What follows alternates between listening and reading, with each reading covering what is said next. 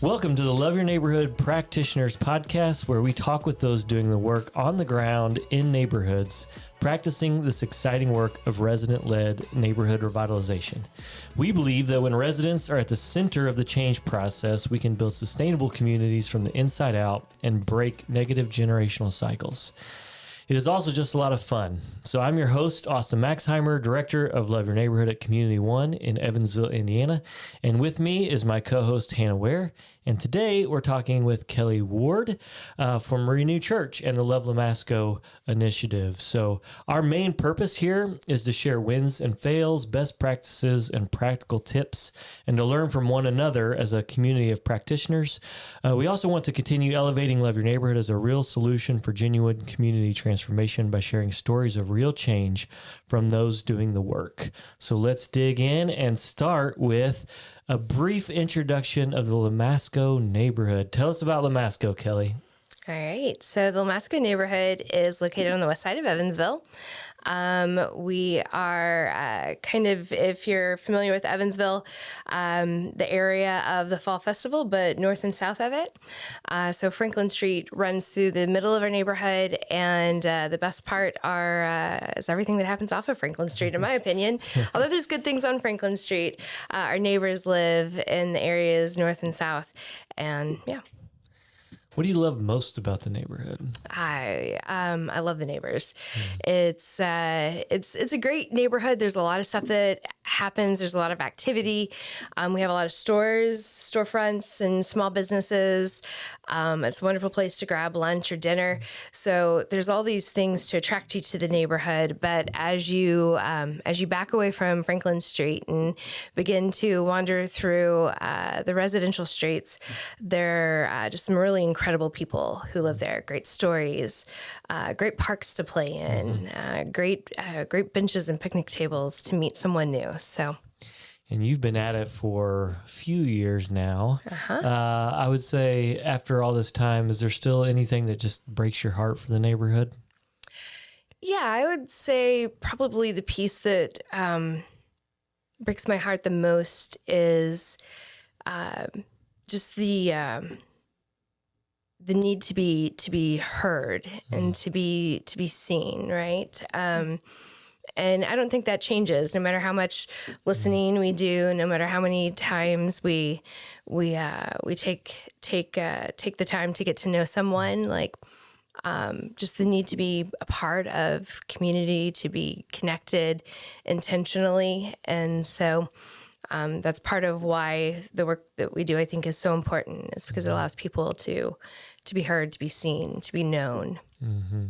So you are 4 years into the Love Your Neighborhood process now. Mm-hmm. What's going on in the neighborhood? What are you, like, in relation to the framework, what are you working on? Yeah, so we're in the action section. It feels like a little desert land. We're at a point where we've worked with neighbors, we've listened to neighbors. Neighbors have identified their goals for the neighborhood, and now we're trying to help neighbors organize and bring movement towards what those goals are. So it's exciting because we do get to see neighbors who have dreams and desires and watch those dreams and desires take root and take off. And it's also kind of how would you say? It's also a little daunting because we have these big dreams that may take years, may take generations to see changes, and we're wishing them along, praying them along, and working them along one step at a time. So, yeah, what's something that you would say to someone who feels overwhelmed by their neighborhood? Like you're facing down that barrel right now. What advice would you give someone? I would say just be patient. Just keep doing what you know you're supposed to be doing. Keep taking the steps in the framework and the tools that you provide, and not lose heart. Right. Like don't let a long task overwhelm you. Just do the next thing, right? And towards that action, you have had some early wins. So sometimes the listening, the resident engagement, and then the aligning process can just feel long and laborious.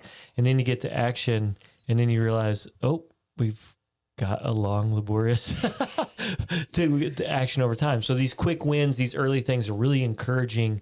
They encourage you as a leader, as a neighborhood-based organization, but as neighbors too. So can you share some of the early wins and actions that you've seen in Lamasco? Yeah. So I do think we kind of lean into like the claim every win. Yeah, right? Absolutely.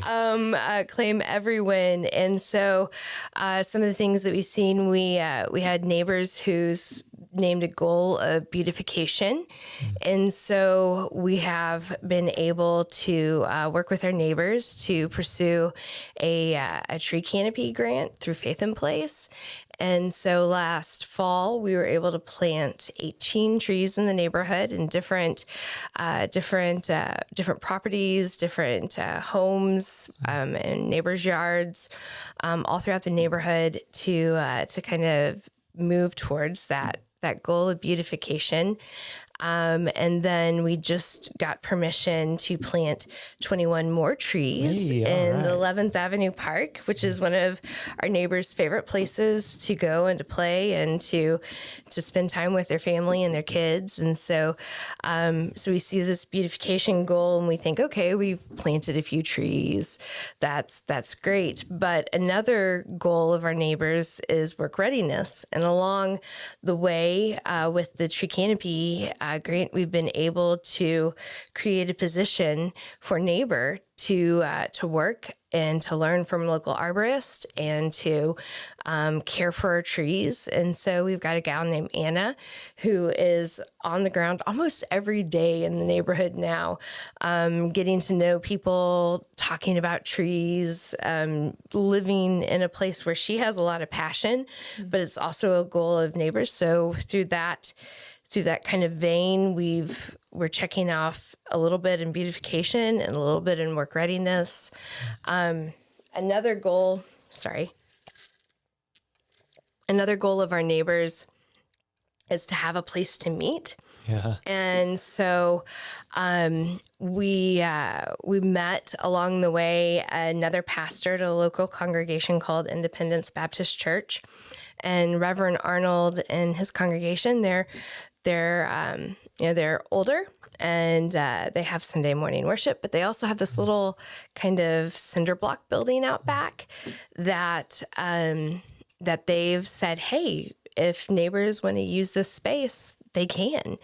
And so they opened the doors. They let us have a leadership team meeting there back in the fall. And our leadership team said, hey, could we come together and have a Thanksgiving meal here? And so right before Thanksgiving, we had a neighborhood Thanksgiving dinner.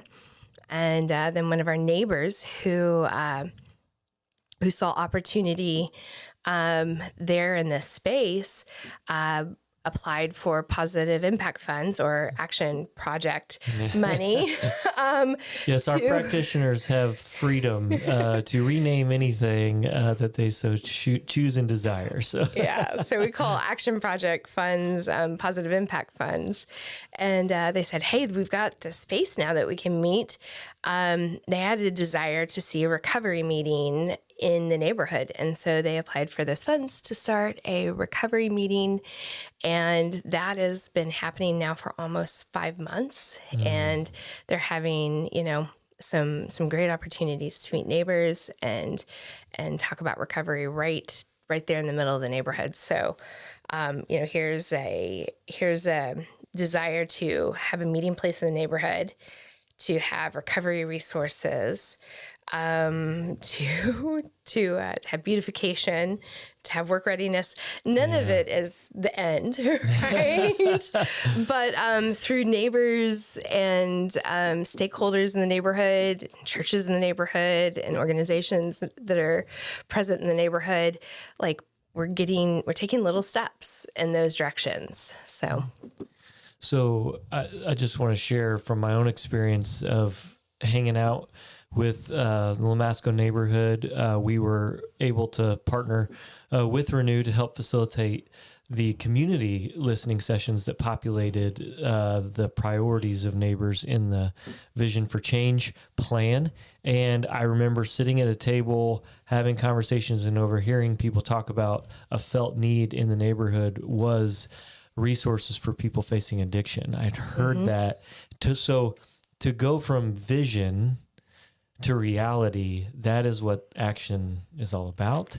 And it is happening, and it can feel like a steep climb. You're certainly not addiction is not eliminated from the Lamasco experience. However, now neighbors are stepping up and leading the change in exactly what they proposed as a vision for the future of their neighborhood. So that's what action's all about, and those are the important steps towards it. So it is so cool. It's neat. Like you see, just like you described that process, and you think, man, who knows? Maybe 5 years down the road, 10 years down the road, our demographics may report different because people are working towards those goals and are seeing their dreams, right in front of them. It's pretty cool. Yeah.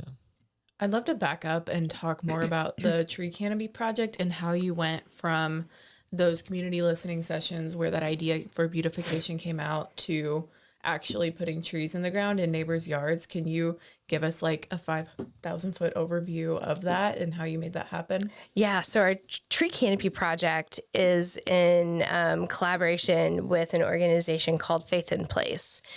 And so the long story behind that is the Southern Indiana outreach director for Faith in Place is a guy named Zach Garcia, who works before taking his role at Faith in Place, was the director of Wesselman Woods.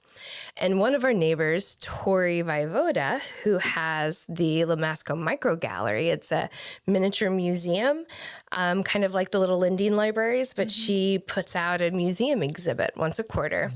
And she was trying to create like a space where neighbors who wanted to come and see the micro gallery could, have some shade, could sit down in a beautiful spot, find a bench, and kind of relax there and enjoy the micro gallery and the exhibits that were there. And so she had called up Zach Garcia because she knew him from Wesselman Woods and said, "Hey, Zach, let's, tell me what I could plant here. What type of flowers, what type of shrubs would make this an inviting space?" And he was working with her through that.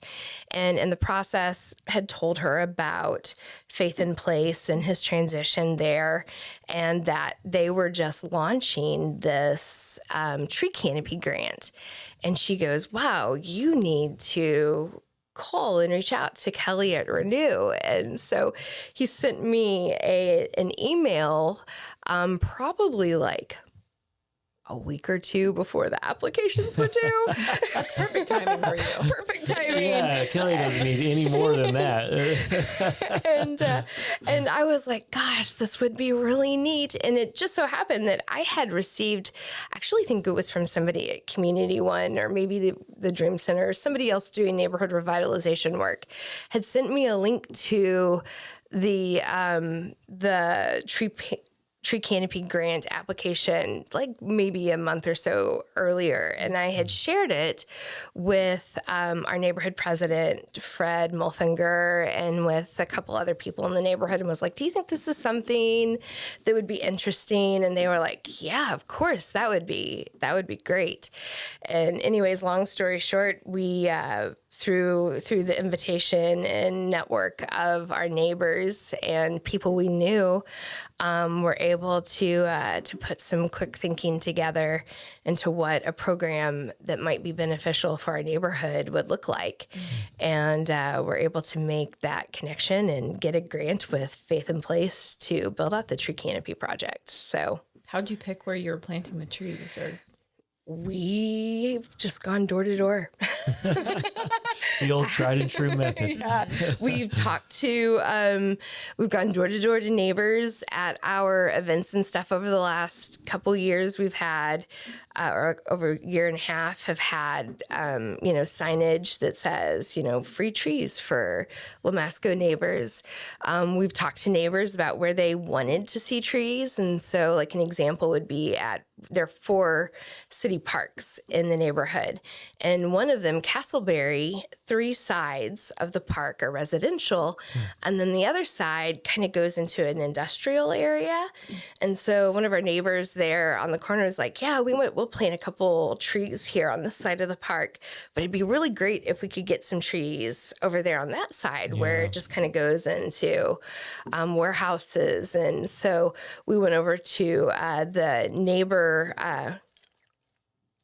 the commercial business on the other side of the park, which is Napa Auto Parts, and had asked them like, hey, would it be possible to plant some trees here? And they said yes. So now on the side of Napa's building, where you would be typically seeing just walls, you see right now they're just twigs because it's the end of winter, but hopefully these little sticks will grow into beautiful trees to create some more beauty along the side there. I don't know what I was expecting, but I had the same experience of a tree planting in my head. It was like, this tree is going to be, and it's just like a Charlie Brown twig. It's a little anticlimactic, but it's important, right? The saying of the best time to plant a tree was 25 years ago, and the second best time is today. So, yeah.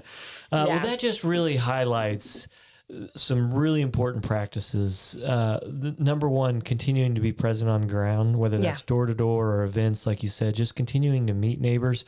But then listening to them, being able to have a resource like trees, but then planting them where neighbors want in a very, again, felt need in their lived experience in their everyday lives. And then like even partnering with and being able to be that bridge to stakeholders, you approaching that commercial, like, so developing those relationships too. So I do want to back up though, because you've added actually you might have already had this tool in your toolkit or tool belt, but you mentioned grant writing.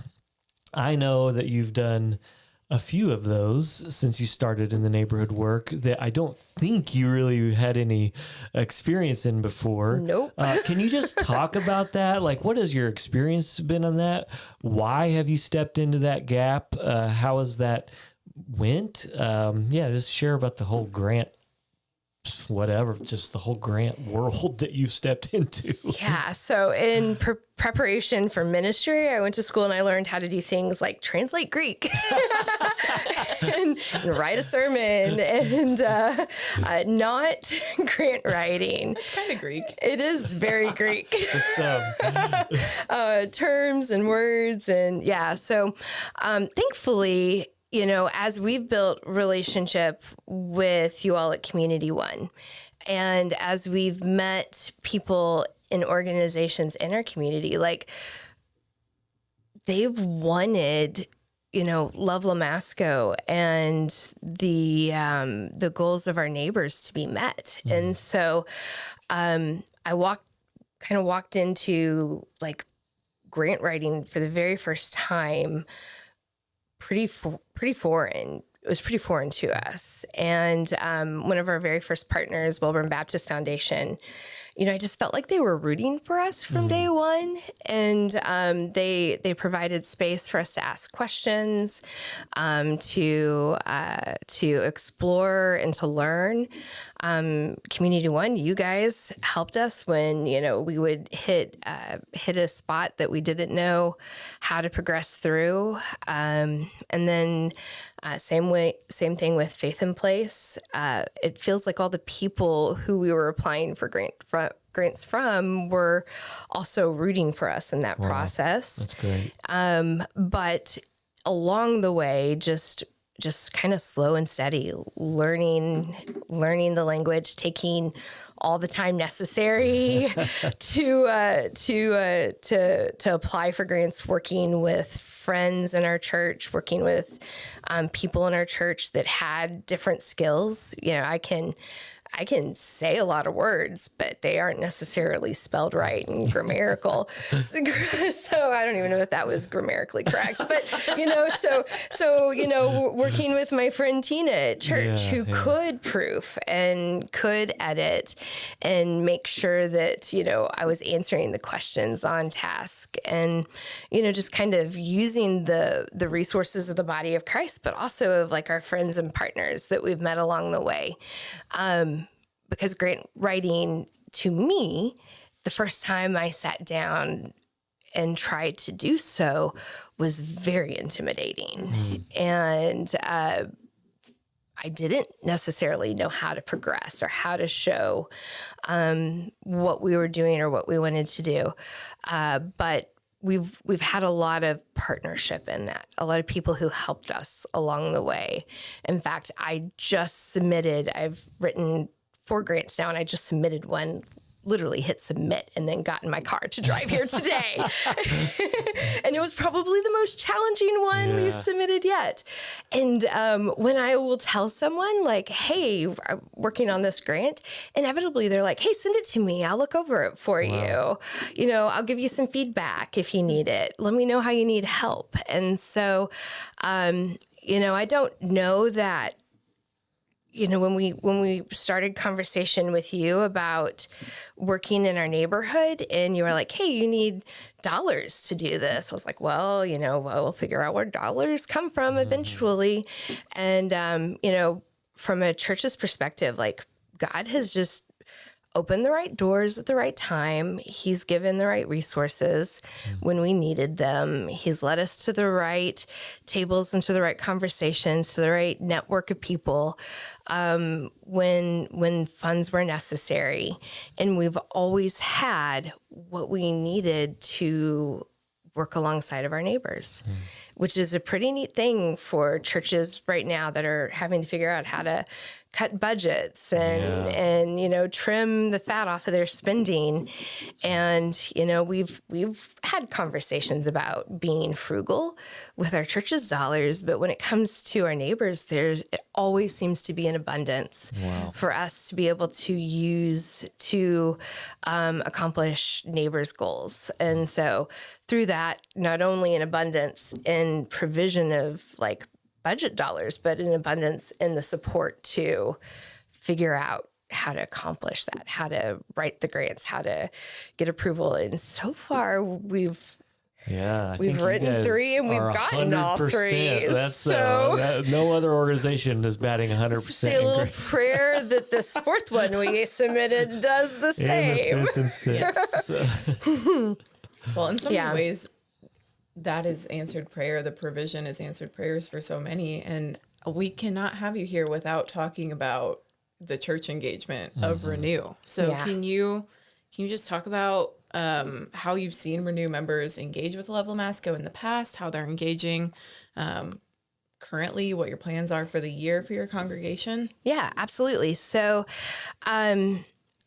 we've felt like part of our church's identity has been the relationship that we have with our neighborhood. So before we were Renew, we were a campus of Crossroads Christian Church, and sitting right there next to the Lamasco neighborhood, building relationships with our neighbors was a big part of why we became Renew, why we sought independence, why we pursued that, and a big part of why Crossroads blessed us and released us and commissioned us to do the work that we're doing now, and to do the ministry that we're doing now. So it's always been a part of our story.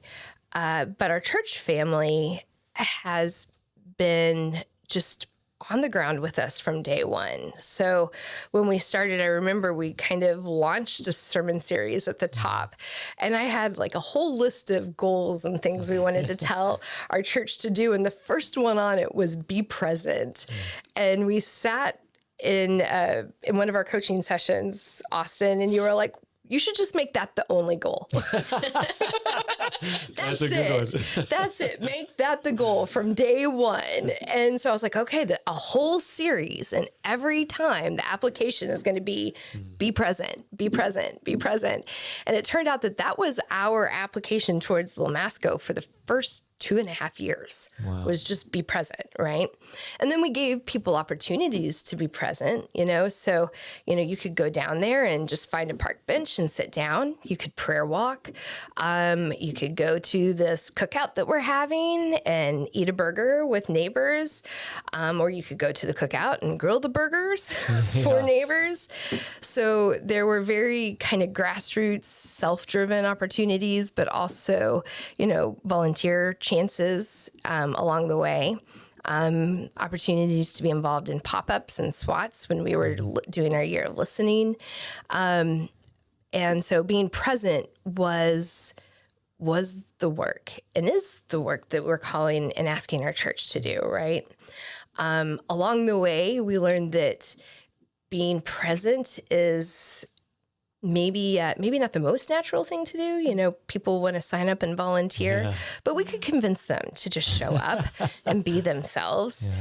But now we're asking our church, like, what are the relationships that you've built out of that? What are the friendships that you have? And some people can say, oh yeah, I know so-and-so, and I've met and gotten to know, you know, that neighbor or this person.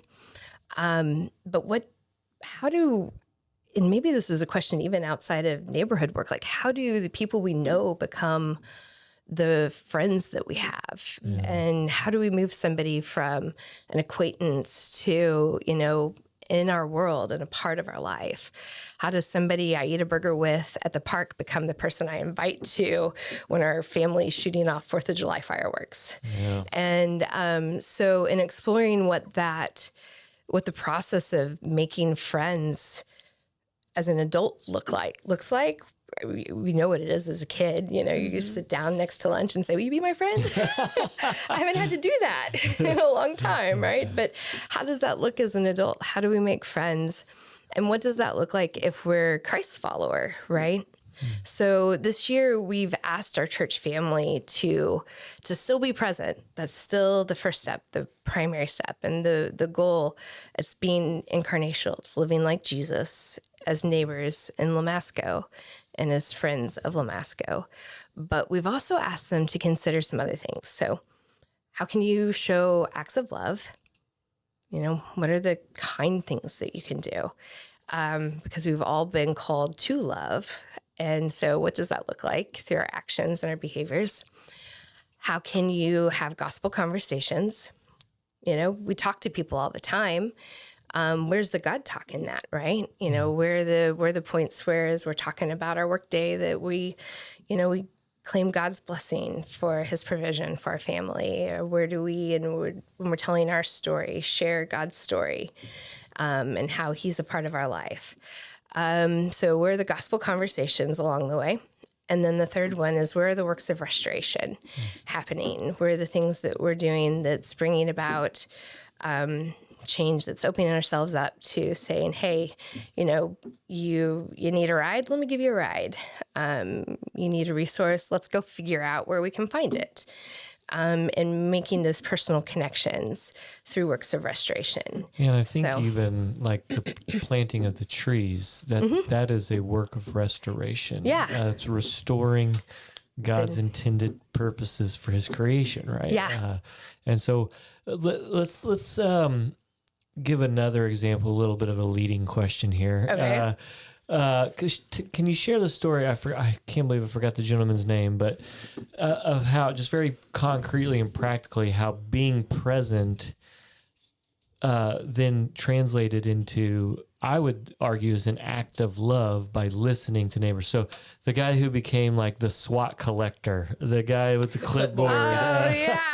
So, yeah, can you just share that story of your everyday congregant who, from being present, clearly did acts of love through listening and valuing his neighbor in that way. But can you just kind of share how that happened? Absolutely. So Dave has been a part of our outreach team at Renew since the very beginning.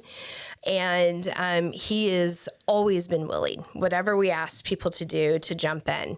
And Dave has, maybe like me, the gift of gab. He can chat with just about anyone. And it was very natural for him. He didn't have any hesitation when we were going through the neighborhoods and going to different parks and different corners in the neighborhood and collecting SWOT interviews for the year of listening. He would take that clipboard and he'd ask anyone what their strengths, opportunities, weaknesses, and threats were in the neighborhood, and was happy to do so. And so we called him along the way the king of the clipboard. But Dave likes to know the details. And so I can't tell you how many times we'd sit down after outreach meetings and we'd talk through like why we were doing this, why this is evangelism, why this is an expression of the gospel in our neighborhood, what the long-term goals were, and went through those conversations over and over and over again. And so Dave, who started with questions, but also a lot of willingness, became possibly one of our most effective volunteers when it came to doing SWOT analysis. And then what's really neat is before we even asked our church, hey, think about people in our neighborhood as opportunities to develop authentic relationships, right? Don't be inauthentic, but opportunity to develop friendship and relationship. Before we even asked that, Dave would, in the process of getting to know someone, would follow up with them, right? Like we'd get back to church the next day and he'd come in and he'd say, hey, you know those Connect cards? I want to tell you about the people I met. Wow. And he'd sit down and he'd tell me about the people that he met. And he'd say, so what do we need to do to follow up with them? They said that they had this need. Can we help them meet that?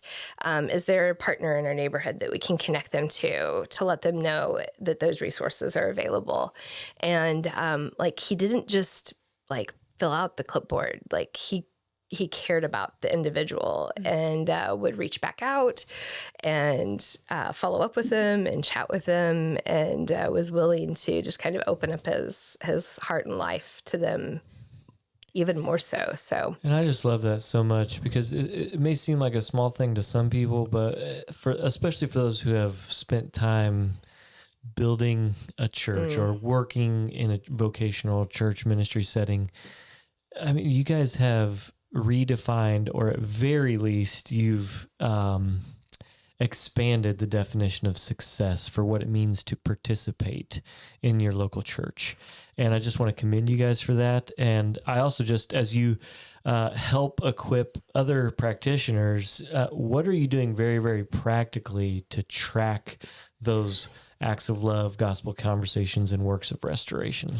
Yeah. So right now what we've done is we have a map in our worship center. And on that wall, we have definitions of all four of those being present, acts of love, works of restoration, and gospel conversations, and tags that say, that have each of those names on them. It's all color coded.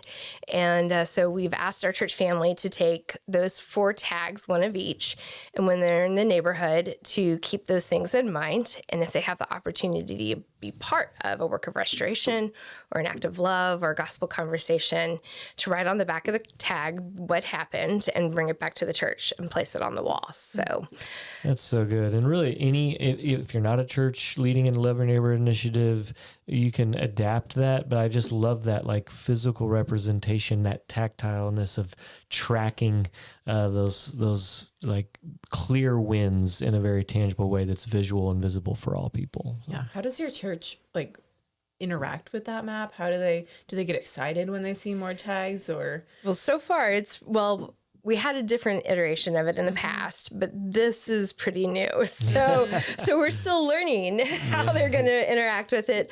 But in the past, we just would put up how we were present in the neighborhood. But as tags have showed up with the acts of love, works of restoration, and gospel conversation, we've seen the same response, which is people read them, right? They come and they check out what's there and hopefully are inspired by them. You're like, oh, wow, I didn't even think about that. I could help a neighbor, pick up limbs after the storm that came through, and see opportunities for themselves as they read ways other neighbors have been able to engage. Mm-hmm. Well, I want to kind of end back on the congregation side, but I want to jump back to the neighborhood real quick. Last time we talked in season 1 of this prestigious podcast, you had really ramped up or relaunched really the neighborhood association. You had gotten into relationship with the president. They were just meeting just a couple times a year, just kind of check a box. And since then, the neighborhood association has revived. You've got a whole leadership team for the neighborhood initiative and for the neighborhood association. Just what over the last couple of years, what have you learned through that experience? What have been the ups and downs? What is the journey of working alongside residents and neighbors in that change process? Yeah, that's been a blast. That's probably been the piece of it that's been most beneficial to me is having the connection to Fred and to Kim, his wife, and the life that they bring to what we're doing by connecting us to the neighborhood association. So first of all, like they're the open door for us in this conversation, right? They're the ones who have invited us in and given us opportunity to love Lamasco alongside of them. And so I don't think we would be where we are doing what we are today if it wasn't for the fact that we've done it in partnership. In fact, maybe we shouldn't be where we are if we weren't doing it in correlation with the neighborhood association. But it's created an open door for us to build a relationship and to work alongside neighbors. It's given us direct opportunities to build friendships. So in the process of building out the leadership team for the neighborhood, they wanted to get to know people in our outreach team and get to know people at our church and the people who, come down and grill burgers. And so there have been natural relationships that have been built because of that. Along the way, challenges. It's always hard to schedule something that everybody can attend, and people, people go through different phases where they're able to be deeply involved, and then times when they have to back off because of maybe life challenges or changes. And so we've learned how to kind of go with the flow and some of that. And probably the only thing that's odd to me in it all, because that all feels natural, like working together, building relationships with people that you're partnering with, knowing that things happen and, people grow close to the organization, to the work of Love Lamasco, and at times have to take breaks and come back when they can. The only part that's odd is when somebody moves out of the neighborhood. Yeah. It's like, wait a second, you can't do that. So we've had a couple neighbors move away, and I'm like, no, come back. So, yeah.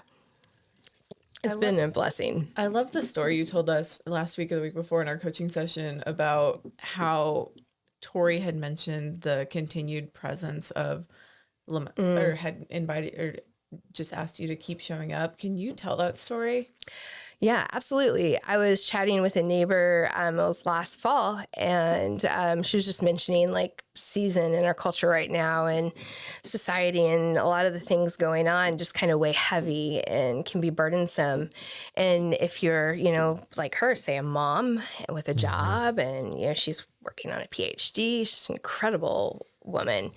But like at the end of the day, like you don't always have like opportunity, time and space to volunteer, to be out and about emotionally, physically, or just regular limits. And she said, don't go, please stay, do what you're doing because we need you here and we want you here. And that was a pretty beautiful thing to learn from her and to have her share that invitation to continue being a part of the neighborhood and the desire for us to continue to be a part of the neighborhood, but also the sentiment that, hey, I might not have made the last few meetings, but it's not because I'm not for what's going on right now. There's just other things. And I think we can all relate to that, right?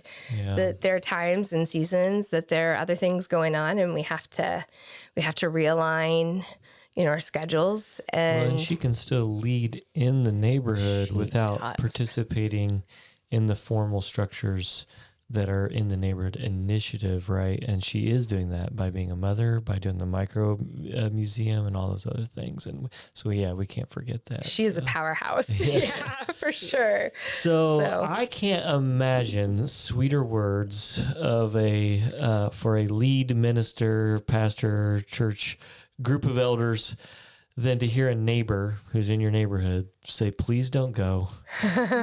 We value you and we want you and need you here.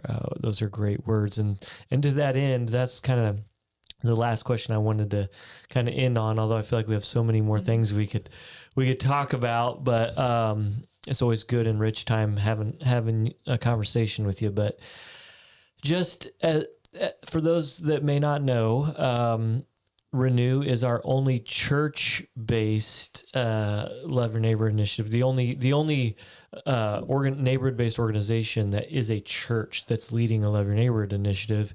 And for Community One, you, Kelli, and Renew are an answered prayer, because we always thought and had hoped that this work would be implemented and practiced by followers of Jesus and every local church, right? Because every neighborhood has a church or 4 or 5 here in the Bible Belt in it.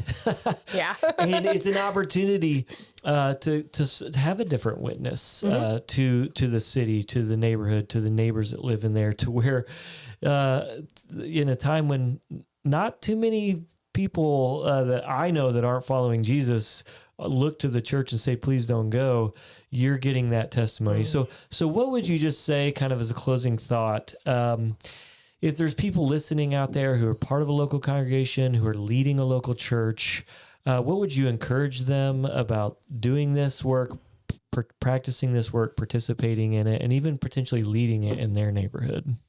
Yeah, I would say that, when it comes to ministry, there are a lot of things that are challenging, that are difficult, that can be very demanding on your time, on your body, the church body, on your finances, and neighborhood revitalization has not been one of those.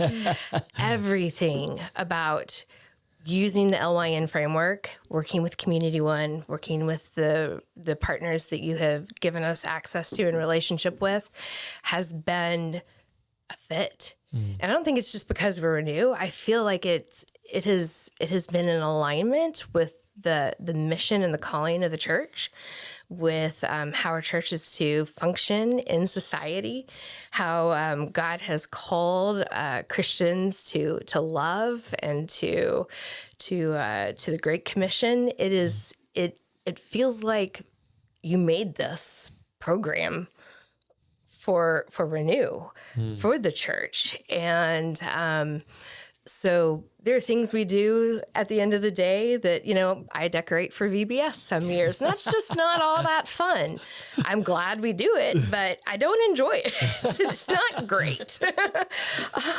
There are things that cost a lot of dollars in our budget. There are things that take mental and physical, just kind of funnel out all of your resources, it seems.